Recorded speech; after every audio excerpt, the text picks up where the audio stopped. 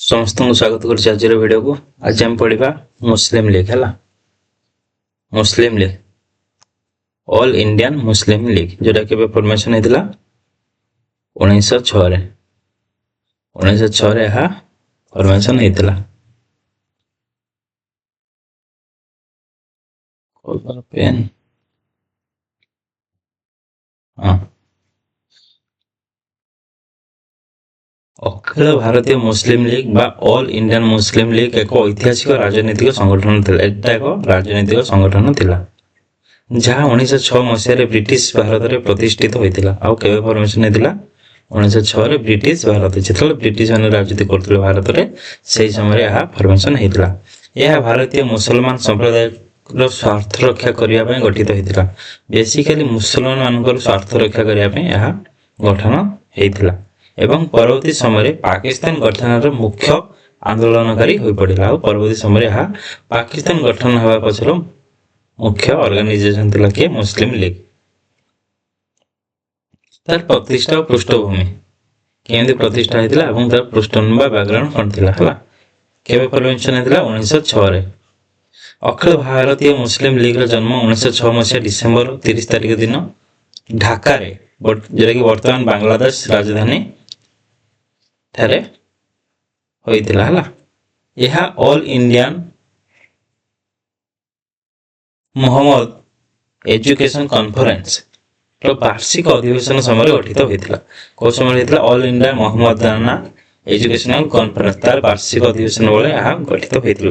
यही सम्मेलन में प्राय 3000 प्रतिनिधित्व स्थापन करते। केते जन पार्टिसिपेट करते 3000 प्रतिनिधि पार्टिसिपेट करते। मुस्लिम प्रतिनिधि माने पार्टिसिपेट करते।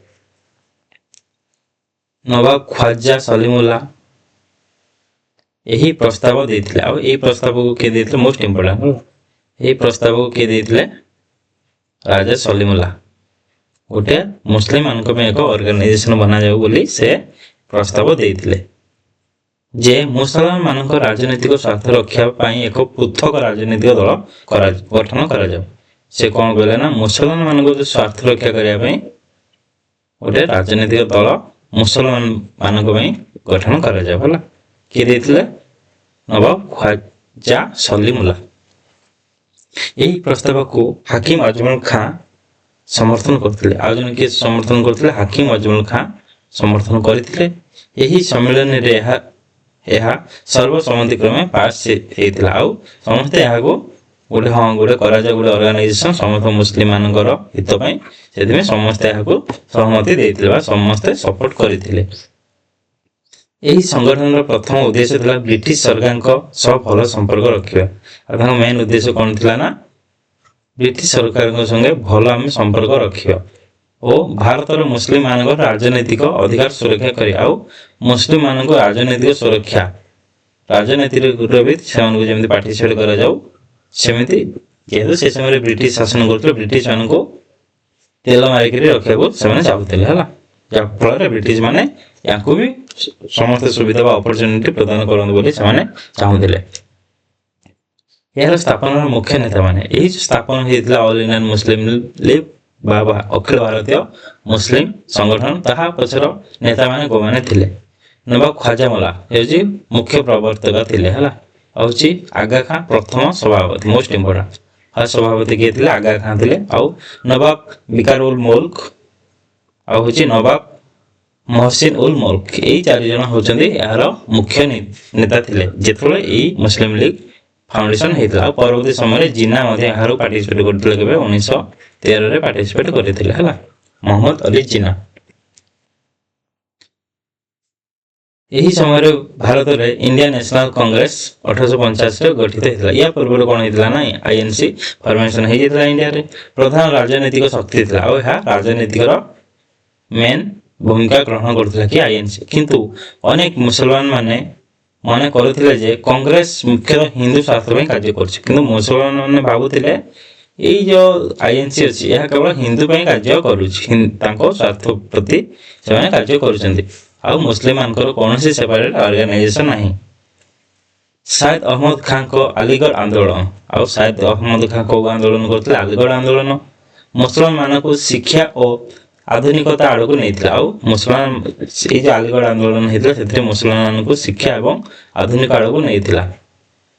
କିନ୍ତୁ ରାଜନୈତିକ ପ୍ରତିନିଧିତ୍ୱ ଅଭାବ ଥିଲା। କିନ୍ତୁ ପଲିଟିକାଲରେ ସେମାନେ ପାର୍ଟିସିପେଟ୍ କରୁନଥିଲେ। ଯଦିଓ ଶିକ୍ଷିତ ହେଇଗଲେ ପଲିଟିକାଲରେ ସେମାନେ ପାର୍ଟିସିପେଟ୍ କରୁନଥିଲେ।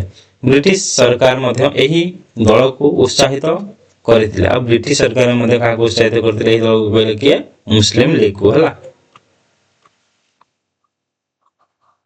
ଲିଗକୁ ଉତ୍ସାହିତ କରିଥିଲେ କାରଣ ଏହା କଂଗ୍ରେସ ବିରୋଧୀ ଭାବରେ କାମ କରିପାରିବ। ସେମାନେ ଭାବୁଥିଲେ ଯେ କଂଗ୍ରେସକୁ ଏହା ଟକ୍କର ଦେଇପାରିବ ବା କଂଗ୍ରେସ ବିରୋଧରେ କାର୍ଯ୍ୟ କରିପାରିବ ବୋଲି ସେମାନେ ମୁସଲିମକୁ ସପୋର୍ଟ କରୁଥିଲେ। କିଏ? ବ୍ରିଟିଶ ମାନେ।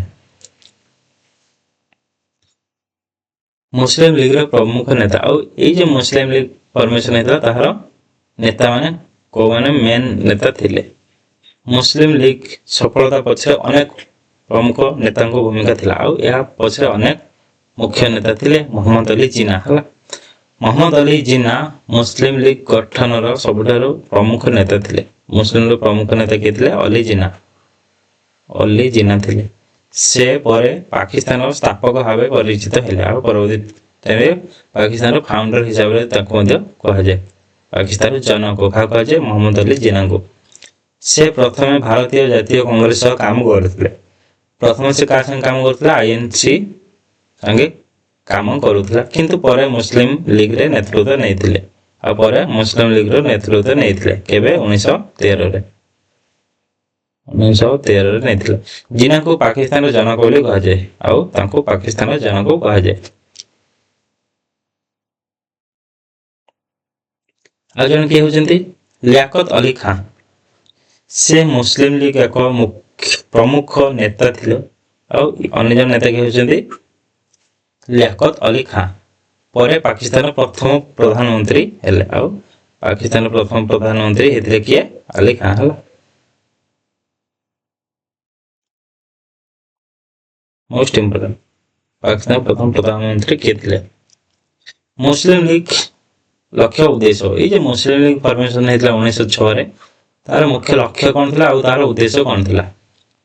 ମୁସଲିମ ଲିଗ ଆରମ୍ଭିକ ଲକ୍ଷ୍ୟ ଗୁଡ଼ିକ ଥିଲା, ଯେତେବେଳେ ହଉଛି ଫର୍ମେସନ ହେଇଥିଲା ସେ ସମୟରେ ତାଙ୍କ ଲକ୍ଷ୍ୟ କ'ଣ ଥିଲା ନା ଭାରତର ମୁସଲିମ ମାନଙ୍କର ରାଜନୈତିକ ଅଧିକାର ରକ୍ଷା କରିବା। ଆଉ ରାଜନୈତିକ ଅଧିକାରକୁ ରକ୍ଷା କରିବା କାହାର? ମୁସଲିମ ମାନଙ୍କର।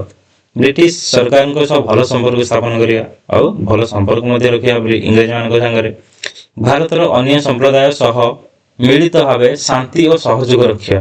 ଆଉ ଅନ୍ୟ ସମ୍ପ୍ରଦାୟ ଯେତେ ସବୁ ଅଛନ୍ତି ଭାରତରେ ତାଙ୍କ ସାଙ୍ଗେ ଶାନ୍ତି ସ୍ଥାପନ କରି ରଖିବା ଆଉ ସହଯୋଗ ରଖିବା। ମୁସଲିମ ମାନଙ୍କର ଶିକ୍ଷା ଓ ସାମାଜିକ ଉନ୍ନତି କରିବା। ଆଉ ମୁସଲିମ ମାନଙ୍କର ଶିକ୍ଷାକୁ ଏବଂ ସମାଜରେ ମୁସଲମାନଙ୍କୁ ଉନ୍ନତି କରିବା, ଏହା ସବୁ ଲକ୍ଷ୍ୟ ଥିଲା। ପରେ ଏହାର ଲକ୍ଷ୍ୟ ପରିବର୍ତ୍ତନ ଆସିଲା। ଆଉ ଏତିକି ଷ୍ଟାର୍ଟିଂ ଯେତେବେଳେ ହେଇଥିଲା ଏତିକି ନେଇ ଲକ୍ଷ୍ୟ ତାଙ୍କର ଥିଲା ଯେତେବେଳେ ଫର୍ମେସନ ହେଇଥିଲା। ପରବର୍ତ୍ତୀ ସମୟରେ ସେମାନେ କ'ଣ କଲା? ପରିବର୍ତ୍ତନ ଆସିଲା ତାଙ୍କ ଲକ୍ଷ୍ୟରେ। ଏହା ପାକିସ୍ତାନ ସୃଷ୍ଟି ପାଇଁ ଏକ ଆନ୍ଦୋଳନ କଲା। ଆଉ ସେମାନେ କହିଲେ ଯେ ଆମେ ମୁସଲମାନ ଆମେ ସ୍ୱତନ୍ତ୍ର ଗୋଟେ ରାଷ୍ଟ୍ର ବନେଇବୁ। ପ୍ରାରମ୍ଭିକ ବର୍ଷ ଗୁଡ଼ିକ, ଏଇ ଷ୍ଟାର୍ଟିଂ ଯୋଉ ମୁସଲିମ ଫର୍ମେସନ ସେଇ କୋଉ ବର୍ଷରେ ବେସିକାଲି ପ୍ରାରମ୍ଭରେ କ'ଣ କ'ଣ ହେଇଥିଲା? ହେଲା, ବର୍ଷ ଆମେ ଦେଖିବା କେବେରୁ 1916ରୁ 1913 ଭିତରେ ମୁସଲିମ ଲିଗ କ'ଣ କରିଥିଲା? ପ୍ରଥମ ସଭାପତି ଆଗା ଖାଁ ଥିଲେ। ଆଉ ଏଇ ଯୋଉ ମୁସଲିମ ଲିଗର ପ୍ରଥମ ସଭାପତି କିଏ ଥିଲେ? ଆଗା ଖାଁ ଥିଲେ। ଲଣ୍ଡନରେ ଏକ ଶାଖା ମଧ୍ୟ ଖୋଲାଗଲା। ଆଉ ଲଣ୍ଡନରେ ମଧ୍ୟ ଗୋଟେ ଶାଖା ସେମାନେ ଖୋଲିଦେଲେ ମୁସଲିମ ଲିଗର ଶାଖା, ଯାହା ସାୟଦ ଅମିର ଅଲିଙ୍କ ନେତୃତ୍ୱରେ ବ୍ରିଟିଶ ନୀତି ଉପରେ ପ୍ରଭାବ ପକାଇବାକୁ ଚେଷ୍ଟା କଲା। ଆଉ ସାୟଦ ଅଲିଙ୍କ ନେତୃତ୍ୱରେ ବ୍ରିଟିଶ ଯାହା ନୀତି ଆଣୁଛି ସେ ଉପରେ ଏମାନେ ପ୍ରଭାବ ପକାଇବାକୁ ଚେଷ୍ଟା କଲେ। କୋଉଠି? ଇଂଲଣ୍ଡରେ ଖୋଲିକିରି। ହେଲା, 1909ର ମଲେମିଣ୍ଟୋ ସୁଧାର ବା ମଲେମିଣ୍ଟୋ ରିଫର୍ମ ଯୋଉଟା ଥିଲା, ମୁସଲମାନ ମାନଙ୍କ ପାଇଁ ପୃଥକ ନିର୍ବାଚନ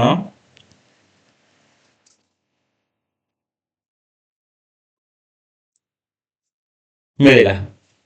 ଆଉ 1909ରେ ମଲେମିଣ୍ଟୋ ଶାସନରେ ତାଙ୍କୁ କୁହାଗଲା ନା ସେପାରେଟ ଇଲେକ୍ସନ ବ୍ୟବସ୍ଥା ଆସିଲା। କାହା ପାଇଁ? ମୁସଲିମ ମାନଙ୍କ ପାଇଁ, ଯାହା ଲିଗର ପ୍ରଥମ ବଡ଼ ସଫଳତା ଥିଲା। ଆଉ ଏହା ଲିଗର ଫାଷ୍ଟ ବଡ଼ ସଫଳତା ଥିଲା। ମାନେ ମୁସଲମାନ ସେପାରେଟ ଇଲେକ୍ସନ ବା ସେପାରେଟ ସେମାନଙ୍କୁ ଭୋଟ ଦିଆଯିବ। ହେଲା, ସେମାନେ ନିଜ କ୍ୟାଣ୍ଡିଡେଟ୍ ନିଜେ ଚୁଜ କରିବେ। ଏହା ମୁସଲମାନ ମାନଙ୍କୁ ନିଜ ପ୍ରତିନିଧି ନିର୍ବାଚନ କରିବାର ଅଧିକାର ଦେଲା। ଆଉ ସେମାନେ କ'ଣ କଲେ? ନିଜ କ୍ୟାଣ୍ଡିଡେଟ୍ ନିଜେ ଚୁଜ କରିବେ। ତାପରେ ହଉଛି 1913 ମହମ୍ମଦ ଅଲି ଜିନା ଲିଗ୍ରେ ଯୋଗ ଦେଲେ। ଜିନା କେବେ ଯୋଗ ଦେଲା? 13ରେ। ସେ ପୂର୍ବରୁ କଂଗ୍ରେସର ସଦସ୍ୟ ଥିଲେ, ଆଗରୁ କଂଗ୍ରେସର ସଦସ୍ୟ ଥିଲେ ଓ ହିନ୍ଦୁ ମୁସଲମାନଙ୍କ ଐକ୍ୟ ଭାବରେ ପରିଚିତ ଥିଲେ। ଜିନାଙ୍କ ଯୋଗଦାନ ଲିଗ୍କୁ ନୂଆ ଦିଗ ଦେଲା। ଆଉ ଜିନା ଯେତେବେଳେ ଯୋଗ ଦେଲେ ତାହା ଗୋଟେ ନୂଆ ଦିଗ ଦେଲା କାହାକୁ? ମୁସଲିମ ଲିଗ୍କୁ। ଲକ୍ଷ୍ନୌ ଚୁକ୍ତି ଓ ହିନ୍ଦୁ ମୁସଲମାନ ଐକ୍ୟ ମାନେ ଏକତା। 1916ରେ ଲକ୍ଷ୍ନୌରେ କଂଗ୍ରେସ ଓ ଲିଗ୍ ମଧ୍ୟରେ ଏକ ଐତିହାସିକ ଚୁକ୍ତି ହୋଇଥିଲା, ଯାହାକୁ ଲକ୍ଷ୍ନୌ ପାକ୍ଟ କୁହାଯାଏ ବା ଲକ୍ଷ୍ନୌ ଚୁକ୍ତି କୁହାଯାଏ। ଏହା ଜିନାଙ୍କ ନେତୃତ୍ୱରେ ହୋଇଥିଲା। ଆଉ ଏକାବେଳେ ଦୁଇଟା ବସିଥିଲା ହେଲା, ଗୋଟେ ହଉଛି ମୁସଲିମ ଲିଗ୍ର ଆଉ ଗୋଟେ ହଉଛି ଆଇଏନସିର ଗୋଟେ ଜାଗାରେ ବସିଥିଲା। ଏହି ଚୁକ୍ତିରେ କଣ କୁହାଗଲା ନା ପୃଥକ ନିର୍ବାଚନ ମଣ୍ଡଳୀକୁ ସାକାର କରାଗଲା। ଆଉ ଆଇଏନସି କଣ କଲା ନା ଆପ୍ରୁଭ କରିଦେଲା ଯେ ପୃଥକ ନିର୍ବାଚନ ମଣ୍ଡଳୀ, ସେପାରେଟ ନିର୍ବାଚନ ମଣ୍ଡଳୀ ହେଲା। ପ୍ରାଦେଶିକ ସଭାରେ ମୁସଲମାନ ମାନଙ୍କ ପାଇଁ ନିର୍ଦ୍ଦିଷ୍ଟ ଆସନ ସଂଖ୍ୟା ନିର୍ଦ୍ଧାରଣ କରାଗଲା। ଆଉ ବିଧାନସଭାରେ ହଉଛି ମୁସଲମାନ ପାଇଁ କଣ ନିର୍ଦ୍ଦିଷ୍ଟ ଆସନ ସଂଖ୍ୟା, ତାକୁ କିଛି ଆସନ ଦିଆଯିବ ବୋଲି କୁହାଗଲା। ଯେମିତି ଉତ୍ତରପ୍ରଦେଶରେ 33%, ପଞ୍ଜାବରେ 50%। ଯେହେତୁ ପଞ୍ଜାବରେ ଅନେକ ମୁସଲମାନ ଥିଲେ, ସେଥିପାଇଁ ପଞ୍ଜାବରେ 50% ହଉଛି ମୁସଲିମ କ୍ୟାଣ୍ଡିଡେଟ୍ ରହିବେ, 50% ହିନ୍ଦୁ କ୍ୟାଣ୍ଡିଡେଟ୍। ସେମିତି ଉତ୍ତରପ୍ରଦେଶରେ 70% ହିନ୍ଦୁ କ୍ୟାଣ୍ଡିଡେଟ୍ ଆଉ 30% ମୁସଲିମ କ୍ୟାଣ୍ଡିଡେଟ୍ ହେଲା। ହଉଛି ରାଜସ୍ୱ ବାସ୍ ପାଇଁ ଦାବି ଆସିଲା ବା ଦାବି କରିଥିଲେ। ଆଉ କିଏ ଏଇ ଯୋଉ ରାଜସ୍ୱ ସେ ଗଭର୍ଣ୍ଣମେଣ୍ଟ କିଏ ଦାବି କରିଥିଲା? ବାଳ ଗଙ୍ଗାଧର ତିଲକ ହେଲା। ବ୍ରିଟିଶ ଶାସନ ବିରୋଧରେ ଏକତା ସୃଷ୍ଟି କରିବା। ଆଉ ହିନ୍ଦୁ ମୁସଲିମ ମିଶିକି ବ୍ରିଟିଶ ବିରୋଧରେ ଲଢିବା ପାଇଁ ଏମାନେ ନିଷ୍ପତ୍ତି ନେଇଥିଲେ। ଏହା ହିନ୍ଦୁ ମୁସଲମାନଙ୍କ ଐକ୍ୟର ଏକ ଉଜ୍ଜଳ ଉଦାହରଣ। ଆଉ ଏହା ହିନ୍ଦୁ ମୁସଲମାନଙ୍କ ଏକ ଉଜ୍ଜଳ ଉଦାହରଣ ଥିଲା, କିନ୍ତୁ ଏହା ବେଶୀ ଦିନ ରହିନଥିଲା ହେଲା। ଏହା ବେଶୀ ଦିନ ରହିନଥିଲା, 18 ଆଡକୁ ଏହା ପୁଣି ସମାପ୍ତ ହେଇଯାଇଥିଲା। ତ ଯେ ଖିଲାଫତ ଆନ୍ଦୋଳନ ଓ ଅସହଯୋଗ ଆନ୍ଦୋଳନ, ଏଇ ଯୋଉ ଖିଲାଫତ ଆନ୍ଦୋଳନ ହେଇଥିଲା ଆଉ ଅସହଯୋଗ ଆନ୍ଦୋଳନ ହେଇଥିଲା, ସେଥିରେ ମୁସଲିମ লীଗ କଣ କରିଥିଲା? ପ୍ରଥମ ବିଶ୍ୱଯୁଦ୍ଧ ପରେ ଅଟୋମାନ ଖିଲାଫତ ଅବମାନନା ହେବାରୁ ଖିଲାଫତ ଆନ୍ଦୋଳନ ଆରମ୍ଭ ହୋଇଥିଲା। ଆଉ ଖଲିଫାଙ୍କୁ ଅବମାନନା କରିବାରୁ ଏହି ଖିଲାଫତ ଆନ୍ଦୋଳନ ଆରମ୍ଭ ହୋଇଥିଲା। ମୌଲାନା ମହମ୍ମଦ ଅଲି ଶୌକତ ଅଲି ଏହାର ନେତୃତ୍ୱ ନେଇଥିଲେ। ମହମ୍ମଦ ଅଲି ଶୌକତ ଅଲି ଖିଲାଫତର ନେତୃତ୍ୱ ନେଇଥିଲେ।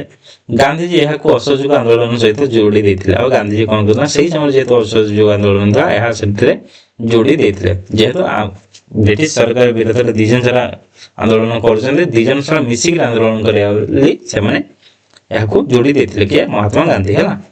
ଲିଗ୍ ଏହି ଆନ୍ଦୋଳନରେ ଭାଗ ନେଲା। ଆଉ ଲିଗ୍ ଏହି ଆନ୍ଦୋଳନରେ ଭାଗ ନେଲା କୋଉଠି? ଅସହଯୋଗ ଆନ୍ଦୋଳନରେ।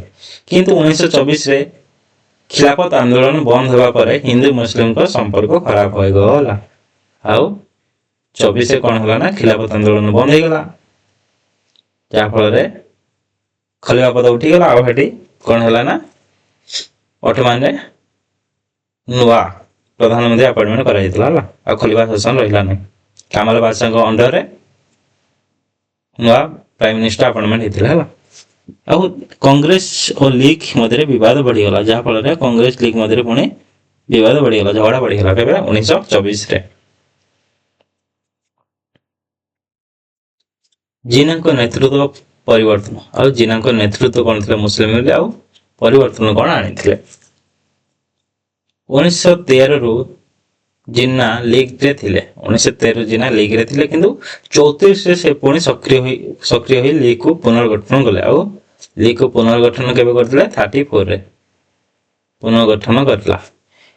1930ରେ ସମସ୍ତ ଭାରତୀୟ ମୁସଲିମ ଲିଗ୍ ଅନେକ ଭାଗରେ ବିଭକ୍ତ ହୋଇ ପଡିଥିଲା, କାରଣ 30 ବେଳକୁ ମୁସଲିମ ମାନେ ବି ମଧ୍ୟ ସେପାରେଟ ହେଇଯାଇଥିଲେ। ତାଙ୍କ ଅନେକ ଗୁଡ଼ିଏ ବ୍ରାଞ୍ଚ ଖୋଲି ଯାଇଥିଲା, ସେଇଗୁଡାକୁ ଏକତ୍ରିତ କରି ଏକା ସାଙ୍ଗେ ଆମେ ବ୍ରିଟିଶ ସରକାରଙ୍କ ବିରୋଧରେ ଲଢିବା ବୋଲି ସେମାନେ ନିଷ୍ପତ୍ତି ନେଇଥିଲେ। ଜିନା ଏହାକୁ 1934 ଏକ ଶକ୍ତିଶାଳୀ ସଂଗଠନ କରିଥିଲେ। ଆଉ ସବୁ କଣ ସଂଗଠନକୁ ଏକତ୍ରିତ କରି ସେ ଏହାକୁ ଶକ୍ତିଶାଳୀ ବା ୟୁନିଟ କରିଦେଲେ ହେଲା। 1928ର ନେହେରୁ ରିପୋର୍ଟକୁ ଲିଗ୍ ବିରୋଧ କଲା। ଆଉ 1928ରେ ଯୋଉ ନେହେରୁ ରିପୋର୍ଟ ଆଣିଥିଲେ, କିଏ ଆଣିଥିଲେ? ମୋତିଲାଲ ନେହେରୁ ଆଣିଥିଲେ। ସେଇ ରିପୋର୍ଟକୁ ଏହା ବିରୋଧ କରିଥିଲା। ଆଉ ଏଇ ନେହେରୁ ରିପୋର୍ଟରୁ ଆମ କନଷ୍ଟିଟ୍ୟୁସନରେ ଅନେକ ଗୁଡ଼ିଏ ପଏଣ୍ଟସ ଅଛି ହେଲା। କାରଣ ଏହା ପୃଥକ ନିର୍ବାଚନ ମଣ୍ଡଳୀ ବନ୍ଦ କରିବାକୁ ଚାହୁଁଥିଲା ଆଉ ଯେ ସେପାରେଟ ଇଲେକ୍ସନ ହେବାକୁ ଥିଲା ତାହା ନେହେରୁ ରିପୋର୍ଟରେ କୁହାଯାଇଥିଲା ତାକୁ ବନ୍ଦ କରାଯାଉ ବୋଲି କୁହାଯାଇଥିଲା ସେଥିପାଇଁ କ'ଣ କଲା ନା ମୁସଲିମ ଲିଗ ଏହାକୁ ବିରୋଧ କଲା। ଜିନ୍ନା 1929ରେ 14 ଦଫା ଦାବି ବା 14 ପଏଣ୍ଟ ଦେଇଥିଲା ଆଉ ଜିନ୍ନା କ'ଣ କଲା ନା 14 ପଏଣ୍ଟ କେବେ ଦାବି କରିଥିଲା 1929ରେ ହେଲା ଯାହା ମୁସଲମାନ ମାନଙ୍କ ମୌଳିକ ଅଧିକାର ଦାବି କରୁଥିଲା ଆଉ ମୁସଲମାନ ମାନଙ୍କ ମୌଳିକ ଅଧିକାରକୁ ଦାବି କରୁଥିଲା ସେ 14 ପଏଣ୍ଟ ହେଲା। ତ 1937 ନିର୍ବାଚନ ଓ ପରିମାଣ 1937 ଯେଉଁ ନିର୍ବାଚନ ହୋଇଥିଲା ତାହାର ପରିମାଣ କ'ଣ ହେଇଥିଲା ହେଲା ଆଉ ଏଇ ଯେଉଁ ହେଇଥିଲା କେତେ ବର୍ଷ ପାଇଁ 1937 ରୁ 39 2 ବର୍ଷ କାରଣ 39ରେ ଯେତେବେଳେ ଅଛି ୱାର୍ଲଡ ୱାର ଷ୍ଟାର୍ଟିଂ ହେଲା ତାଙ୍କ ଗଭର୍ଣ୍ଣମେଣ୍ଟ ମଧ୍ୟ ଭାଙ୍ଗି ଦିଆଯାଇଥିଲା ହେଲା ଆଉ ଏଇ ସମୟରେ କିଏ ଥିଲା ପ୍ରଧାନମନ୍ତ୍ରୀ ନେହେରୁ ଥିଲେ ଆଉ ଓଡ଼ିଶାରେ ବିଶ୍ୱନାଥ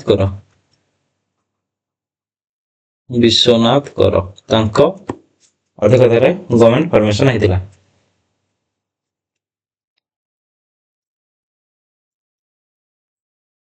ଉଣେଇଶହ 1935 ଭାରତ ଶାସନ ଆଇନ ବା ଗଭର୍ଣ୍ଣମେଣ୍ଟ ଅଫ ଇଣ୍ଡିଆ ଆକ୍ଟ କେବେ 1935 ଅନୁଯାୟୀ 1937ରେ ନିର୍ବାଚନ ହେଲା এই ଆକ୍ଟ ଅନୁଯାୟୀ ନିର୍ବାଚନ ହେଲା ଫାର୍ଷ୍ଟ ଟାଇମ କେବେ 1937ରେ ଲିଗ୍ ଖରାପ ପ୍ରଦର୍ଶନ କଲା ମାତ୍ର 109 ଆସନ ଜିତିଲା କେତେଟା ଆସନ 109ଟା ଆସନ ଜିତିଲା ମୋଟ 482 ମୁସଲମାନ ଆସନ ମଧ୍ୟରୁ 482ଟା ମୁସଲମାନ ଆସନ ମଧ୍ୟରୁ 109ଟା ଜିତିଥିଲା।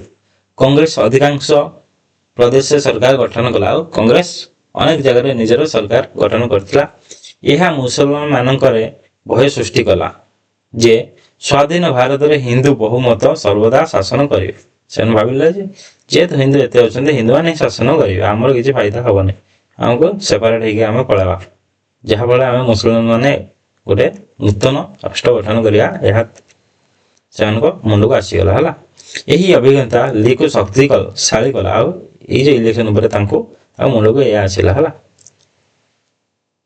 ଆମେ କେବେ ହିନ୍ଦୁକୁ ଡୋମିନେନ୍ସ କରି ରଖି ରହିପାରିବାନି ବା ଶାସନ କରିବାନି ହିନ୍ଦୁସ୍ତାନରେ ତେଣୁ ଆମକୁ ଗୋଟେ ସ୍ୱତନ୍ତ୍ର ମୁସଲିମ ଷ୍ଟେଟ୍ ଦିଆଯାଏ ଯୋଉଠିକି ଆମେ ମୁସଲିମ ମାନେ ଶାସନ କରିବା ଆମ ଅନୁଯାୟୀ। ଲାହୋର ପ୍ରସ୍ତାବ ପାକିସ୍ତାନ ପ୍ରସ୍ତାବ ଆଉ ଲାହୋର ପ୍ରସ୍ତାବ ଓ ପାକିସ୍ତାନ ପ୍ରସ୍ତାବ ପାକିସ୍ତାନ ଡିମାଣ୍ଡ କୋଉଠି ହୋଇଥିଲା 1940 ଲାହୋର ଅଧିବେଶନରେ 1940 ମାର୍ଚ୍ଚ 29 ତାରିଖରେ ଲାହୋରରେ ଲିଗ୍ର ବାର୍ଷିକ ଅଧିବେଶନରେ ଐତିହାସିକ ଲାହୋର ପ୍ରସ୍ତାବ ବା ଲାହୋର ରିଜଲ୍ୟୁସନ ପାସ୍ ହୋଇଥିଲା ଏହାକୁ ପାକିସ୍ତାନ ପ୍ରସ୍ତାବ ମଧ୍ୟ କୁହାଯାଏ ଆଉ ଲାହୋର ପ୍ରସ୍ତାବକୁ କ'ଣ କୁହାଯାଏ ପାକିସ୍ତାନ ପ୍ରସ୍ତାବ ମଧ୍ୟ କୁହାଯାଏ। ଏଠାରେ କୁହାଗଲା ଯେ ଏଇ ଯେ ଲାହୋର ଅଧିବେଶନ ହେଇଥିଲା ଏଥିରେ କ'ଣ କୁହାଗଲା ନା ଉତ୍ତର ପୂର୍ବ ଓ ଉତ୍ତର ପଶ୍ଚିମ ଅଞ୍ଚଳରେ ମୁସଲମାନ ବହୁମତ ଥିବା ଅଞ୍ଚଳ ଗୁଡ଼ିକରେ ସ୍ୱାଧୀନ ରାଷ୍ଟ୍ର ଗଠନ କରାଯାଉ ସ୍ୱାଧୀନ ରାଷ୍ଟ୍ର କେବଳ ମୁସଲମାନଙ୍କ ଏକ ସ୍ୱାଧୀନ ରାଷ୍ଟ୍ର ଗଠନ ହବ କୋଉଟା ଉତ୍ତର ପୂର୍ବ ଉତ୍ତର ପଶ୍ଚିମ ମାନେ ଏଟା ହଉଛି ଇଣ୍ଡିଆ এটা ধরো ইন্ডিয়া ହେଲା ଉତ୍ତର ପୂର୍ବ କହିଲେ ଏଟା ବେଙ୍ଗଲ ଆଉ ବାଂଲାଦେଶ ଏବେକାର ଯୋଉଟା ହେଲା ଆଉ ଉତ୍ତର ପଶ୍ଚିମ କହିଲେ ଏଇ ଏରିଆଟା ପାକିସ୍ତାନ ଯୋଉଟା ଏବେ ଅଛି। ଇଣ୍ଡିପେଣ୍ଡେଣ୍ଟ ଷ୍ଟେଟର ଶବ୍ଦ ବ୍ୟବହାର ହୋଇଥିଲା ମୋଷ୍ଟ ଇମ୍ପୋର୍ଟାଣ୍ଟ ଆଉ ଇଣ୍ଡିପେଣ୍ଡେଣ୍ଟ ଷ୍ଟେଟର ଶବ୍ଦ ବ୍ୟବହାର ହୋଇଥିଲା ଏହି ପ୍ରସ୍ତାବ ମହମ୍ମଦ ଅଲି ଜିନାଙ୍କ ନେତୃତ୍ୱରେ ପାସ୍ ଥିଲା ଆଉ ଏହି ପ୍ରସ୍ତାବକୁ କିଏ ପାସ୍ କରିଥିଲେ ଜିନା ପାସ୍ କରିଥିଲେ ଏହା ଦ୍ୱି ରାଷ୍ଟ୍ର ସିଦ୍ଧାନ୍ତ ବା ଟୁ ନେସନ ଥିଓରି ଆଧାରରେ ହେଲା ଟୁ ନେସନ ଥିଓରି କେବେ ଆସିଥିଲା ଲାହୋର ଅଧିବେଶନରେ 1940ରେ ହେଲା ଆଉ ହିନ୍ଦୁ ମୁସଲିମ ଦୁଇଟି ପୃଥକ ଜାତି ଏଠି କୁହାଗଲା ଯେ ହିନ୍ଦୁ ମୁସଲିମ ହଉଛି ଦୁଇଟା ପୃଥକ ଜାତି। ଦ୍ୱିତୀୟ ବିଶ୍ୱଯୁଦ୍ଧ ଓ ଲିଗ୍ର ଉତ୍ଥାନ ଦ୍ୱିତୀୟ ବିଶ୍ୱଯୁଦ୍ଧ ଆଉ ଲିଗ୍ର ଉତ୍ଥାନ ଦ୍ୱିତୀୟ ବିଶ୍ୱଯୁଦ୍ଧ କେବେ ଷ୍ଟାର୍ଟିଂ ହେଇଥିଲା 1939ରେ ଷ୍ଟାର୍ଟିଂ ହେଇଥିଲା ଆଉ 45 ପର୍ଯ୍ୟନ୍ତ ଚାଲିଥିଲା ହେଲା ଯଦି ବି ଭାରତର ଇଚ୍ଛା ନଥିଲା ହେଲେ ବି ବ୍ରିଟିଶ ସରକାର ଯେହେତୁ ଆମକୁ ଶାସନ କରୁଥିଲେ ସେମାନେ ଇଣ୍ଡିଆକୁ ପ୍ରବେଶ କରିଦେଇଥିଲେ ସେଥିପାଇଁ ନେହେରୁ ଗଭର୍ଣ୍ଣମେଣ୍ଟ ରିଜାଇନ୍ କରିଦେଇଥିଲେ। ଯୁଦ୍ଧ ସମୟରେ କଂଗ୍ରେସ ସରକାର ଛାଡ଼ି ଦେଇଥିଲେ ହଁ ଯୁଦ୍ଧ ଯେତେବେଳେ କଂଗ୍ରେସ ସରକାର ଛାଡ଼ିଦେଲେ ମାନେ କଂଗ୍ରେସ ରିଜାଇନ୍ କରିଦେଲା କିନ୍ତୁ ଲିଗ୍ ବ୍ରିଟିଶକୁ ସମର୍ଥନ କଲା କିନ୍ତୁ ଲିଗ୍ କ'ଣ କଲା ନା ସେ इंग्लैंड को बा ब्रिटिश को समर्थन कला एहा फल लीग शक्तिशाली है और जहाँ फल लीग शक्तिशाली है 1945-46 निर्वाचन रे लीग प्राय समस्त मुसलमान आसन जीतीगला जहाँ फल कौन है ना 45-46 निर्वाचन लीग समस्त मुसलमान आसन जीतीगला है यह प्रमाण कला जे मुसलमान माने लीग को समर्थन कर जहाँ फल जानीगले यह मुसलमान माने लीग को समर्थन कर मुस्लिम लीग को समर्थन करुछंती है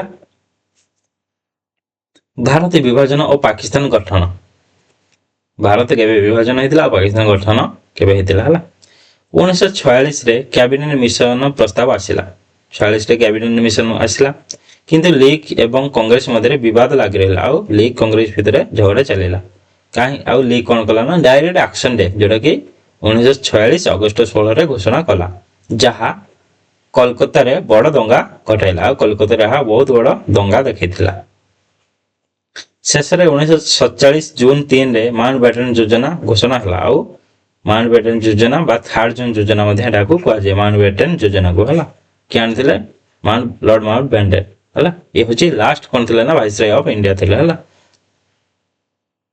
भारत विभाजन है आउ ए कौन है घोषणा है भारत विभाजन कथा उठिला कौटी थर्ड जोन प्लान रे अगस्त 14 1947 पाकिस्तान स्वाधीन है पाकिस्तान केबे स्वाधीन है अगस्त 14 आउ जिन्ना प्रथम गवर्नर जनरल है जिन्ना प्रथम गवर्नर होते कौटिकार पाकिस्तान है आउ इंडिया केबे स्वाधीन है ये हूँ 15 भारत 15 स्वाधीन है पाकिस्तान 14 स्वाधीन है अगस्त 15 भारत स्वाधीन है और लीग मुख्य लक्ष्य पूरण है से जो चाहूले आम गोटे स्वतंत्र स्टेट बनवा लक्ष्य पूरण होगा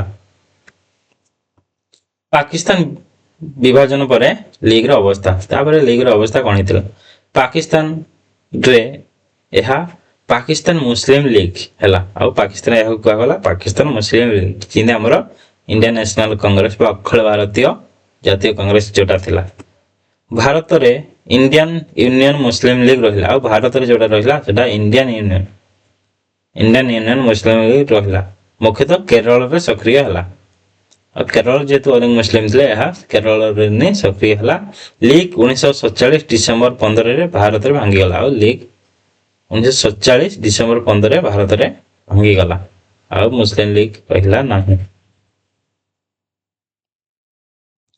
ऐतिहासिक प्रभाव इतिहास रे यार प्रभाव कौन पड़ी है लीग मुसलमान माननकु राजनीतिक चेतना देथिला और मुसलमान माननकु कौन देथिला राजनीतिक चेतना देथिला यह द्विराष्ट्र सिद्धांत को सफल करी पाकिस्तान गठन कला मोस्ट इंपोर्टेंट द्विराष्ट्र सिद्धांत इंडिया पाकिस्तान हला यार फल रे भारत विभाजन है जहाँ लक्ष लक्ष लोक जीवन प्रभावित कला आउ किए कौटे रहा तुम इंडिया रही ना मुस्लिम पाकिस्तान रहा से बहुत लोग हैरान यही संगठन भारतीय उपमहादेशर इतिहास एक गुरुत्वपूर्ण भूमिका ग्रहण कर भारत उपदेश इतिहास भारत इतिहास मुख्य भूमिका ग्रहण कर मुस्लिम लीग जार यात्रा एक संख्यालघु संप्रदाय स्वार्थ रक्षार आरंभ हो एक नूतन राष्ट्र पर्यंत पहुंची स्वार्थ रक्षा परमिशन करते किंतु से कौन पाईगले ना गोटे स्वतंत्र राष्ट्र पाईगले ये थिला मुस्लिम लीग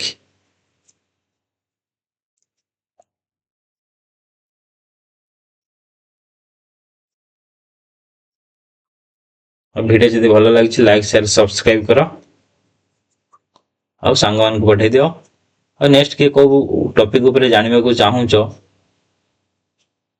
कमेंट माध्यम निहाती जनइब कौ टॉपिक तुम बुझी पारुन बेसिकली ये जो टॉपिक आम पढ़ला कौटी अच्छी ना थर्ड सेम रे अच्छी सॉरी थर्ड सेम नहीं तो सिक्स सेम +3 6 सेम रे पढ़ा होची मुस्लिम लीग अच्छी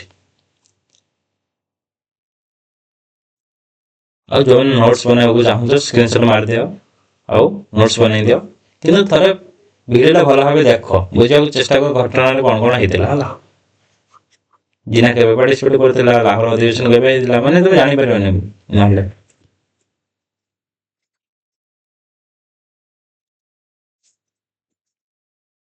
ହଉ ଆଜି ପାଇଁ ଏତିକି। ନେକ୍ସଟ ଦେଖା ହବା ଗୋଟେ ନୂଆ ଟପିକକୁ ନେଇକିରି।